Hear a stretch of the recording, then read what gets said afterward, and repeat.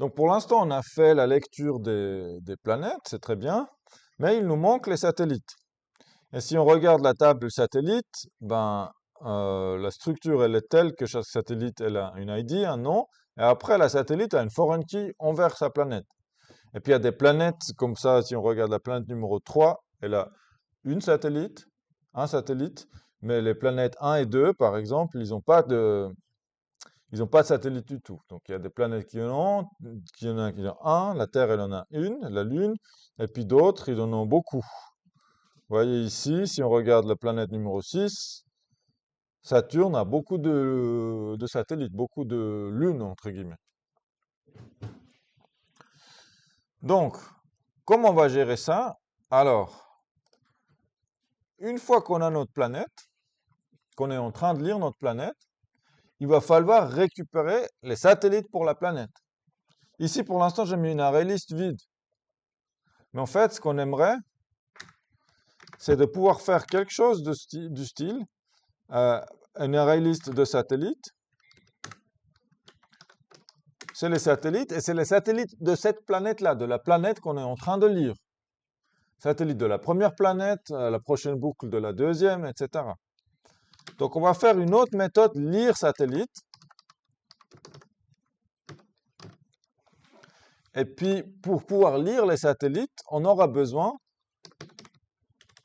puis on va le faire sur une ligne au-dessus, on aura besoin de l'ID de la planète. L'ID de la planète, donc on regarde dans le result set, get int,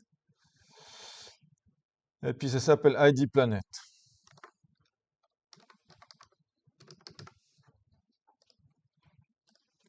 Et puis on va passer cet identifiant-là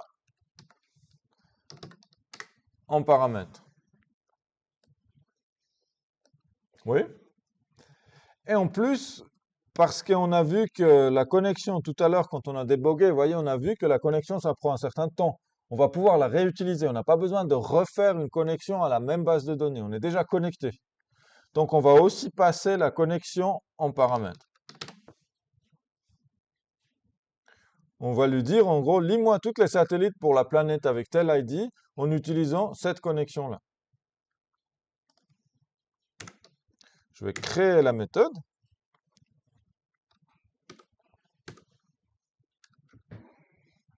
Connexion.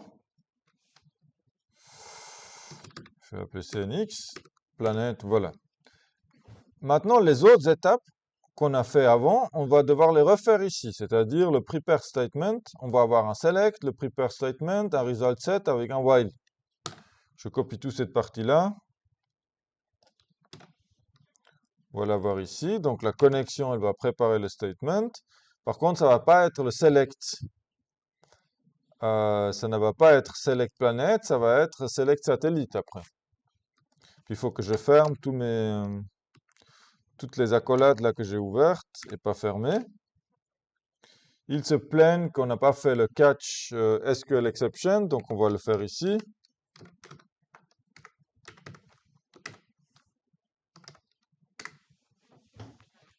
Voilà. Et on doit adapter notre select. On va lui mettre, du coup, on va chercher dans satellite. Et puis cette fois-ci, on aura une condition, parce qu'on veut que les satellites de la planète qui nous intéresse. Where id planète égale point d'interrogation. Je vérifie juste que je ne me suis pas trompé sur le nom des colonnes. id planète, voilà. Where id planète égale point d'interrogation. Et puis on va se servir de cette façon de faire ici, statement set int, pour mettre le paramètre. Donc ici, avant d'exécuter la query, on va devoir lui dire, ben, ton ID, il vaut ID planète. Ok, on a la query, on prépare un statement, on lui dit la valeur qu'on veut vraiment pour l'ID, on l'exécute et après on va traiter toutes les satellites de cette planète. Et puis là, on va faire la même chose qu'avant, on va tous les stocker dans une liste de satellites. Ça, on a fait pour Bikes déjà, donc satellite égale new array list. Et dès qu'on rencontre une nouvelle ligne, on va rajouter à la liste des satellites un nouveau satellite qui, lui, il a besoin de quoi? De l'ID getInt ID satellite. Et puis, le nom. Je vais quand même vérifier le nom. Non satellite.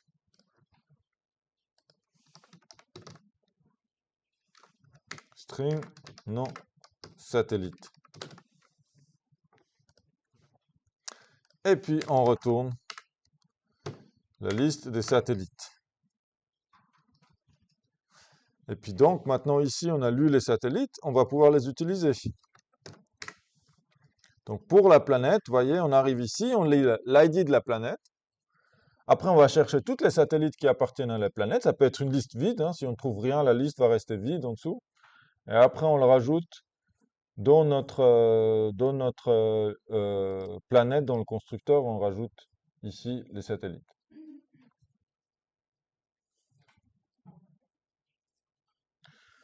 On va le vérifier une fois avec le debugger. Je mets un breakpoint ici. On y va. On avance. Alors, la première planète, normalement, vous voyez, la connexion, ça prend du temps. On est en train de se connecter. Voilà, c'est bon. Là, on est sur la planète numéro 1. On avait vu qu'elle n'a pas de satellite. Donc, normalement, si j'avance, je devrais avoir une liste vide. Et effectivement, c'est marqué size 0 pour la liste des satellites. On crée toutefois la planète, on lui met la liste vide. Et puis, on va traiter le deuxième. Et le deuxième aussi, c'était une liste vide. Donc, satellite, liste vide. Et là, on va arriver à la planète numéro 3, donc la troisième planète la plus éloignée du Soleil. Enfin, la plus proche, la troisième planète la plus proche du Soleil. Et là, ça va devenir plus intéressant parce qu'il y a un satellite, c'est la Lune, c'est la Terre. Donc là, je vais faire step into, on va aller voir ce qui se passe à l'intérieur. On initialise une liste vide de satellites. On prépare le statement, on met l'ID planète comme paramètre. On exécute la query. Puis maintenant, on va traiter tous les satellites. Donc là, on a lu. Et puis, il n'y en avait qu'un seul. Donc si je regarde la liste, il n'y a qu'un seul, et c'est la Lune. Donc c'est pour ça que la boucle s'est arrêtée. On vient ici, on retourne les satellites. Et ici, si je vérifie ma liste de satellites, je n'ai bien une qui est la Lune. Et donc, on va le rajouter à la planète. Et ainsi de suite.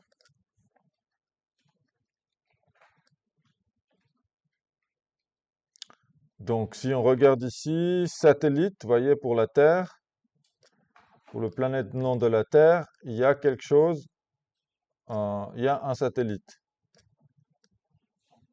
Mars, il y en a 2. Et puis, on avait dit que Saturne, il en avait beaucoup. 1, 2, 3, 4, 5, 6, ouais, il y en a beaucoup. Voilà pour ça.